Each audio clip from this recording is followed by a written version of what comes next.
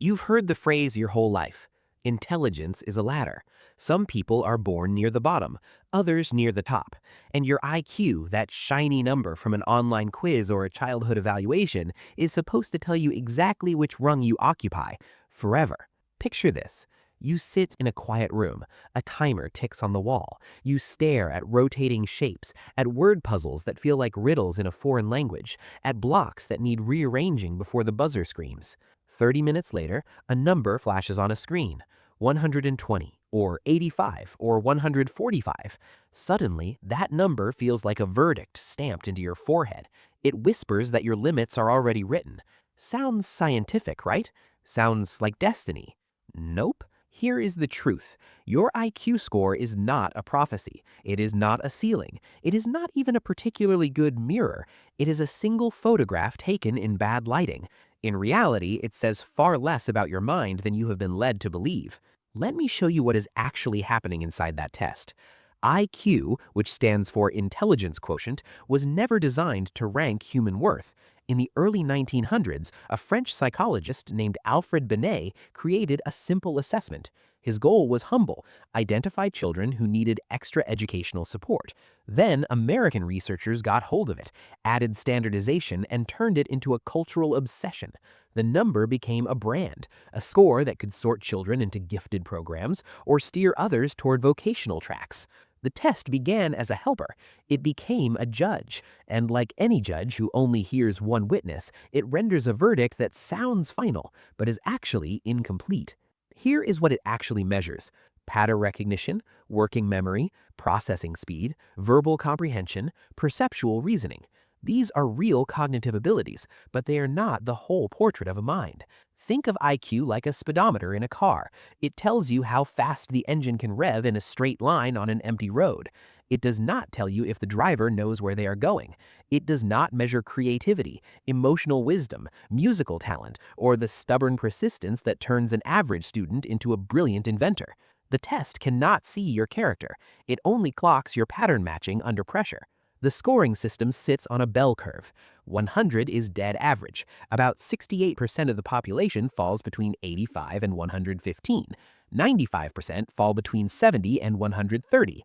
That means nearly everyone you meet is clustered in a band so narrow that the differences are practically invisible in daily life. The gap between a 90 and a 110 is often the difference between needing to read a manual twice instead of once, or taking 5 extra minutes to solve a puzzle.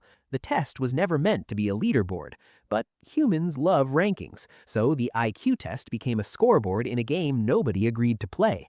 It whispers that intelligence is a single-lane race, but the mind is not a racetrack. It is a city with 1,000 streets. But let us walk through the levels honestly, because this is where the myth does its real damage. Below 70 indicates significant cognitive challenges. Life in this range often requires substantial support for complex daily tasks, abstract planning, and academic work.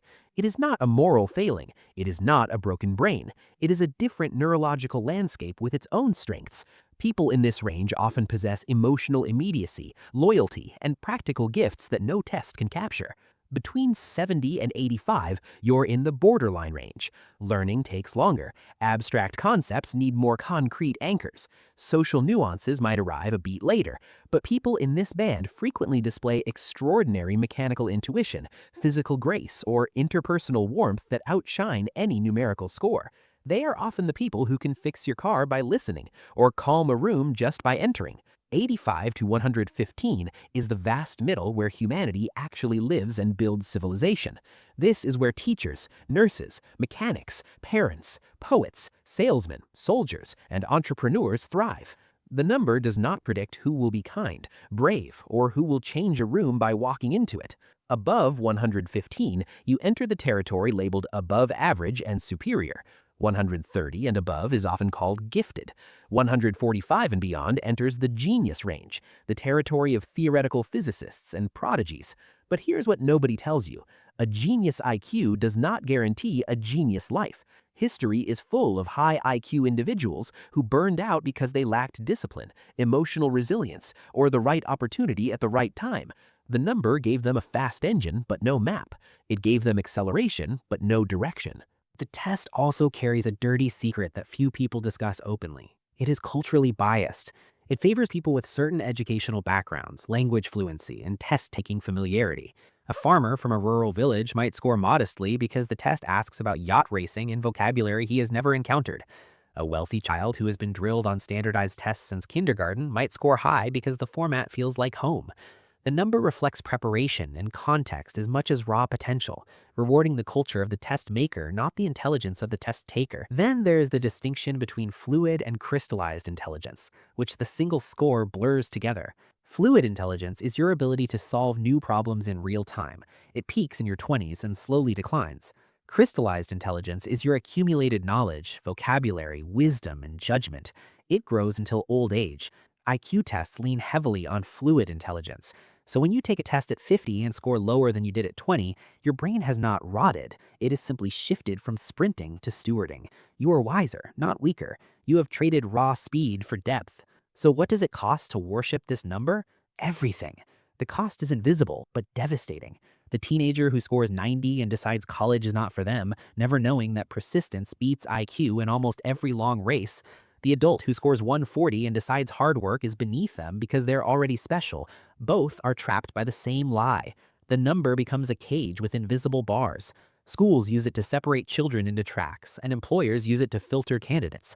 The number takes on a personality. It becomes a gatekeeper that decides who gets access to advanced classes, who gets labeled difficult, who gets told they are special and then left alone to figure out why they still feel empty. The gatekeeper does not care about your curiosity, only your speed. It convinces the high scorer that effort is unnecessary, and the low scorer that effort is futile. Both stop trying, and that's the real tragedy.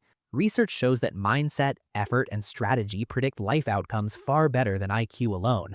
A person with average cognitive ability who practices deliberately will outperform a gifted person who coasts on their label. The brain is plastic. It rewires itself based on demand. Every time you learn a new language, master an instrument, or force yourself through a difficult book, you are literally upgrading your neural hardware. Intelligence is not a fixed statue carved in stone. It's a river that changes course based on the rocks you place in it. The hidden truth is that IQ measures where you start, in a specific room on a specific day under specific conditions. It does not measure where you can go. Your environment, your habits, your willingness to sit with confusion and keep going, your emotional regulation, and your access to good sleep. Those are the real engines that drag you up the mountain.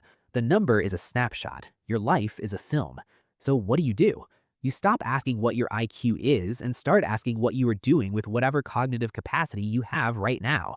The fix is simple. Read books that hurt your brain and have conversations with people who challenge your assumptions. Sleep enough to let your brain consolidate memories, and move your body because cardiovascular health pumps oxygen to the cortex. Learn one hard thing every single year, and teach what you know because teaching forces understanding.